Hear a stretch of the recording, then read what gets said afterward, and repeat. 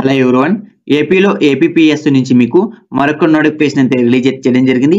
ఈ నోటిఫికేషన్ ద్వారా మనకి medical and health subordinate service అనే పోస్ట్ అయితే రిక్రూట్మెంట్ అయితే చేసుకుంటున్నారు. అది కూడా పక్కా ఏపీకి సంబంధించి స్టేట్ గవర్నమెంట్ జాబ్స్ అనేవి. ఓకేనా, చూడండి స్టేట్ మొత్తాన్ని కలిపి మనకి 4 పోస్ట్ అయితే ఇవ్వడం జరిగింది.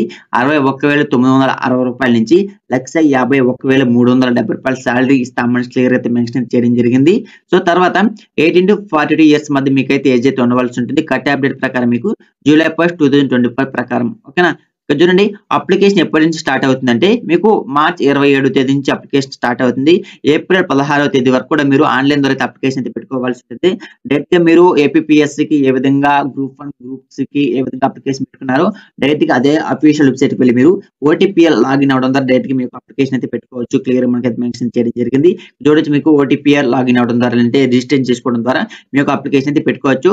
చూడొచ్చు the date of written examination will be announced separate. ఓకేనా, సో ఎగ్జామ్స్ ఎప్పుడు కండక్ట్ చేస్తాము, అదేవిధంగా సిలబస్ వివరాలు ఏమిటి, ఇలాంటివన్నీ కూడా మీకు హాల్ టికెట్స్ ఎప్పుడు డౌన్లోడ్ చేసుకోవాలి, ఇలాంటి విషయాలన్నీ కూడా మీకు సెపరేట్ మళ్ళీ వాళ్ళ యొక్క అఫీషియల్ వెబ్సైట్ లోనే ఫర్దర్ గా మీకు అయితే అప్డేట్ ఇస్తాము అని క్లియర్ అయితే మెన్షన్ చేశారు. సో మీరైతే గమనించవచ్చును. చూడండి మన స్టేట్ మొత్తాన్ని కలిపి టోటల్ గా 4 పోస్టులు మాత్రమే అయితే భర్తీ అయితే చేస్తున్నారు. తర్వాత ఏజ్ లిమిట్ వివరాలు ఏమిటి, ఇలాంటి విషయాల గురించి తెలిసిన ప్రయత్నం చేద్దాం. సో చూడొచ్చు ఇక్కడ మీరు ఎడ్యుకేషన్ క్వాలిఫికేషన్ ఏముండాలంటే మీకు first class, second classes, MJ, MSc, MCom with medical labour science తో సహా మీకు గన ఈ బ్రాంచ్ లో ఈ కోర్సును కంప్లీట్ చేసింటే అందరూ కూడా అప్లికేషన్ అయితే పెట్టుకోవచ్చు అని క్లియర్ గా అయితే మెన్షన్ చేశారు. సో మీరైతే గమనించవచ్చును. అదేవిధంగా యాజ్ యూజువల్ గా మనకి గవర్నమెంట్ రూల్స్ ప్రకారం రిజర్వేషన్ అయితే ఉంటుంది compulsory SC, ST, BC candidates కి. సో ఓకేనా, సో తర్వాత మనం ఏజ్ లిమిట్ తో పాటు మీకు ఏజ్ రిలాక్షన్ కూడా ఇచ్చారు. ఇక్కడ ఏజ్ రిలాక్షన్ తో పాటు మీకు ఎస్సీ, ఎస్టీ, అదే విధంగా బీసీ క్యాండిడేట్స్ కి 5 years అనేసి. ఓకేనా, సో వాటి గురించి తెలిసిన ప్రయత్నం చేద్దాం. సో ఇక్కడ మీరు గమనిస్తే మనకి 42 ఓకేనా 18 to 42 ఇయర్స్ మధ్య మీకు అయితే ఏజ్ అయితే ఉండవలసి ఉంటుంది. అందులో భాగంగా మనకి SC, ST, BCs and EWS candidates కి అయితే 5 సంవత్సరాల వరకు, personal with bench marks candidates కి అయితే మనకి 10 years వరకు, X service man NCC candidates కి అయితే మనకి 3 years వరకు అయితే ఏజ్ రిలాక్షన్ అయితే వచ్చే విధంగా నోటిఫికేషన్ రిలీజ్ చేయడం జరిగింది. ఇక్కడ హౌ టు అప్లై గురించి ఎవ్రీ స్టెప్ వీళ్ళైతే గైడెన్స్ అయితే ఇవ్వడం జరిగింది. డైరెక్ట్ గా మీరు ఓటీపీఎల్ లింక్ ద్వారా డైరెక్ట్ మీరు లాగిన్ అవడం ద్వారా డైరెక్ట్ గా అప్లికేషన్ అయితే పెట్టుకోవచ్చు అనేసి స్టెప్ బై స్టెప్ మీకు అయితే నోట్స్ తో సహా వీళ్ళైతే మెన్షన్ చేయడం జరిగింది. తర్వాత ఫీజెస్ ఏమైనా ఉంటాయి అంటే ఉన్నాయి. ఇక్కడ SC, ST, BC, PDBS candidates, ex service man అయితే మనకి 120 రూపీస్ అయితే పే చేయవలసి ఉంటుంది.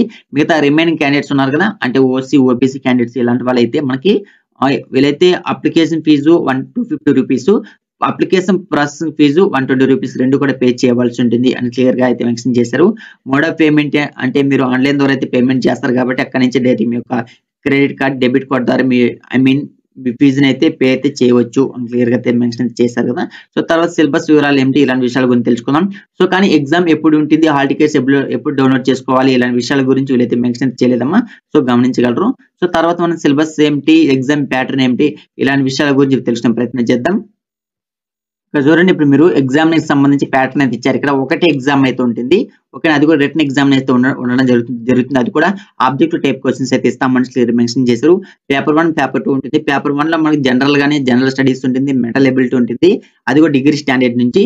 మరి పేపర్ 2 లో మీకు సబ్జెక్ట్ ఓరియంటెడ్ క్వశ్చన్స్ అయితే వస్తాయమ్మా, అంటే లైబ్రరీ ఇన్ఫర్మేషన్ సైన్స్ గురించి. ఓకేనా, అది కూడా మొత్తం టోటల్ గా ఈ రిటన్ ఎగ్జామ్ అనేది 450 మార్క్స్ అయితే కేటాయించడం జరిగింది. సో పేపర్ 1, పేపర్ 2 కి ఎన్ని మార్క్స్ ఇస్తారు, ఎంత టైమింగ్ ఉంటుంది, ఎన్ని మార్క్స్ కేటాయించారు, సో ఎన్ని క్వశ్చన్స్ వస్తాయని క్లియర్ గా అయితే మెన్షన్ చేశారు కదా. ఇక్కడ నుంచి మీరు చెక్ చేసుకోండి. సో 1/3 కింద మీకు అయితే నెగిటివ్ మార్క్స్ అయితే ఉండడం జరుగుతుంది.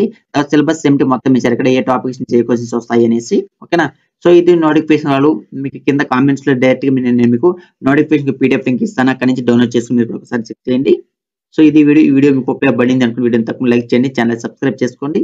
So finally thank for watching this video.